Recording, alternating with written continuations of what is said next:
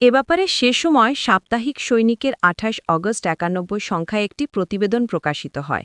উক্ত প্রতিবেদনটি ছিল নিম্নরূপ: শিক্ষাঙ্গন সন্ত্রাসের নেপথ্যে র। সৈনিক report, research and analysis wing, সংক্ষেপে র, ভারতের গোয়েন্দা সংস্থার নাম।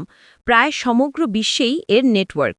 বিশেষ করে বাংলাদেশ সহ উপমহাদেশের ছোট দেশগুলোর রাজনীতিতে এরা বিশেষভাবে তৎপর। ভারতীয় শাসকচক্রের বিভিন্ন সময় রাজনৈতিক স্বার্থ হাসিলের উদ্দেশ্যে উক্ত গোয়েন্দা সংস্থাটি এসব ছোট দেশগুলোর রাজনীতির সঙ্গে জড়িয়ে ক্ষমতাসীন সরকারের পরিবর্তন ঘটায়।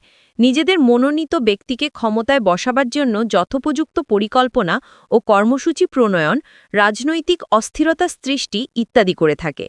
ভারতীয় স্বার্থের পরিপন্থী কোনো সরকার বা রাষ্ট্র স্থিতিশীলতা অর্জন করুক, এটা রয়ের কাম্য নয়। এজন্য গড়ে তোলা হয় শিখুন্ডি দল। অনেক সময় বড় বড় দলে অনুপ্রবেশ ঘটে এদের। বাংলাদেশের বর্তমান আইন শৃঙ্খলা পরিস্থিতি, রাজনৈতিক অস্থিরতা ও শিক্ষাঙ্গনের সন্ত্রাসের পিছনে তাকালেই আরও পরিষ্কার হয় রয়ের কলাকৌশল। এরপরও রয়েছে বিভিন্ন সম্প্রদায়ের নামে শিখুন্ডি সংগঠন। তাদের বক্তব্য রয়ের লক্ষ্যের মধ্যে অনেকটা সাদৃশ্য আছে। শোনা যাচ্ছে তথাকথিত স্বাধীন বঙ্গভূমি আন্দোলনের হোতাদের সঙ্গে এই ধর্মীয় প্রতিষ্ঠানগুলোর সুন্দর যোগাযোগ আছে। আরও শোনা যায় যে ভারতে কংগ্রেস ক্ষমতায় প্রত্যাবর্তনের পর রয়ের শীর্ষ পদে পরিবর্তন আনা হয়েছে। নতুন শাসক গোষ্ঠী নতুন পরিকল্পনা মাফিক এগুচ্ছেন।